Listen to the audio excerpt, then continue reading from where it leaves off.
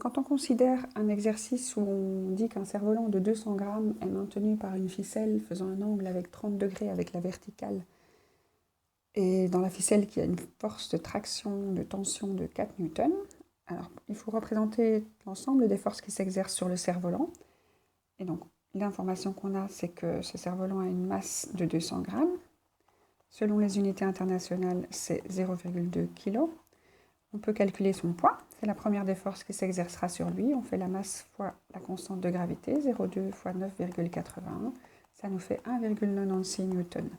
Alors si on décide de représenter 1 newton par 1 cm, on va faire à peu près 2 cm. Alors la force-poids à partir du cerf-volant, on peut représenter un joli cerf-volant. La force-poids va être verticale vers le bas à partir du centre de gravité. Donc je fais 2 cm. Et j'écris que c'est la force poids, donc ne pas oublier de légender. Alors si on vous dit qu'il y a une force de traction de 4 newtons, qui fait un angle de 30 degrés avec la verticale. Donc on peut le considérer comme ça, ou on peut le considérer comme ça, l'angle est de 30 degrés. J'exagère ici. Alors j'ai mesuré un angle de 30 degrés à partir de ce point-ci, il faut passer par ce point-là. Donc j'essaie de faire ça du mieux que je peux. Ouais, c'est à peu près ça. Et donc je dessine un petit peu plus loin, le long de la ficelle du cerf-volant, un petit garçon qui est en train de tirer sur ce cerf-volant. Alors, cette force de traction fait 4 newtons. Alors on mesure 1, 2, 3, 4 cm. On arrive à cet endroit-ci de la ficelle. Alors, les 4 newtons ne représentent pas la longueur de la ficelle, mais la force qui s'exerce dans celle-ci. Alors on a donc deux forces qui s'exercent sur le cerf-volant. On peut déjà additionner ces deux forces. On verra où on aboutit. Donc pour additionner deux forces, faire la résultante, on peut utiliser la méthode du parallélogramme. Donc déplacer cette flèche ici, donc faire une parallèle de 2 cm aussi, arriver ici, et puis faire la même chose avec cette flèche-ci de 4 cm avec un angle de 30 degrés avec la verticale. Donc l'angle de 30 degrés, il est ici. Il est de nouveau ici avec la verticale. Et donc on obtient ce point-ci. Et donc on a un parallélogramme, c'est comme ça qu'on appelle cette méthode la méthode du parallélogramme.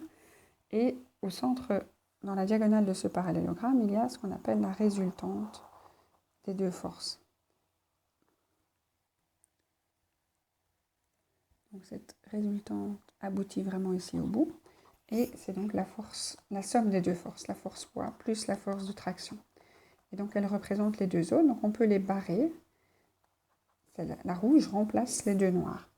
Alors notre cerf-volant, s'il subissait uniquement ces deux forces dont on parle dans l'énoncé, il ne tiendrait jamais en l'air et on vous dit qu'il est immobile dans le ciel. Alors cette force de traction et cette force pesanteur, donc cette double force ici, est exactement compensée par une troisième force qui est la force du vent. Alors la force du vent, elle va exactement dans l'autre sens, donc il faut vraiment suivre la même direction, une force opposée, et elle aboutit. Donc quand on prolonge dans la bonne direction avec la bonne longueur exactement la même, là, on obtient une droite dans le prolongement ici. Et la longueur de la flèche rouge peut être mesurée jusqu'au bout de la diagonale ici du parallélogramme. Et elle fait 5,6 newtons, celle-ci vers le bas. Je devrais rechanger pour du rouge. 5,6 newtons. Et le vent compense exactement cette force vers le bas. Donc ça, c'est la force du vent. Donc l'inventaire des forces qui s'exercent sur le cerf-volant, il y a le poids, il y a la force de traction, il y a le vent. Et on peut représenter les forces séparées ou combinées. Alors il reste encore à représenter la force totale pour faire la somme des trois.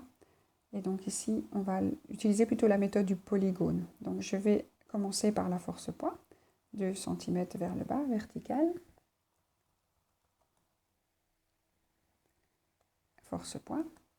J'additionne à cette force poids la deuxième force, la force de traction. Donc additionner deux forces, on les met bout à bout. Donc je reprends le bout de la flèche et je conserve exactement la même direction. Donc je vais ici garder un angle de 30 degrés avec la verticale. Et je vais partir par là, exactement comme avant, et faire 4 cm. Et donc j'aboutis ici, F traction. Donc ici, j'ai mis bout à bout les deux flèches en conservant leur longueur et leur direction. Et je vais terminer le polygone. Je vais revenir exactement au même endroit pour respecter l'énoncé qui nous dit que le cerf-volant est immobile. Donc la force du vent termine le triangle ici. Donc ça c'est la force du polygone. Quand on a une force totale, la méthode du polygone, pardon, une force totale nulle, un équilibre statique ou dynamique ici il est statique, l'objet reste au repos. La somme des forces qui s'exercent sur lui doit être nulle. Et donc on a bien le départ du polygone qui est égal à l'arrivée. Moi je fais D égale A. Voilà, et donc si on mesure cette hypoténuse, enfin c'est même pas une hypoténuse, cette droite qui vient fermer le triangle, elle fait aussi 5,6 newtons. Donc avoir la réponse numérique, on peut l'avoir par la méthode du polygone, on peut l'avoir par la méthode du parallélogramme et de l'inversion de la force, mais il faut répondre aux deux questions. Donc l'inventaire des forces, c'est placer au bon endroit sur les cerfs-volants les trois forces, et faire la résultante, c'est déplacer toutes ces forces pour les mettre bout à bout.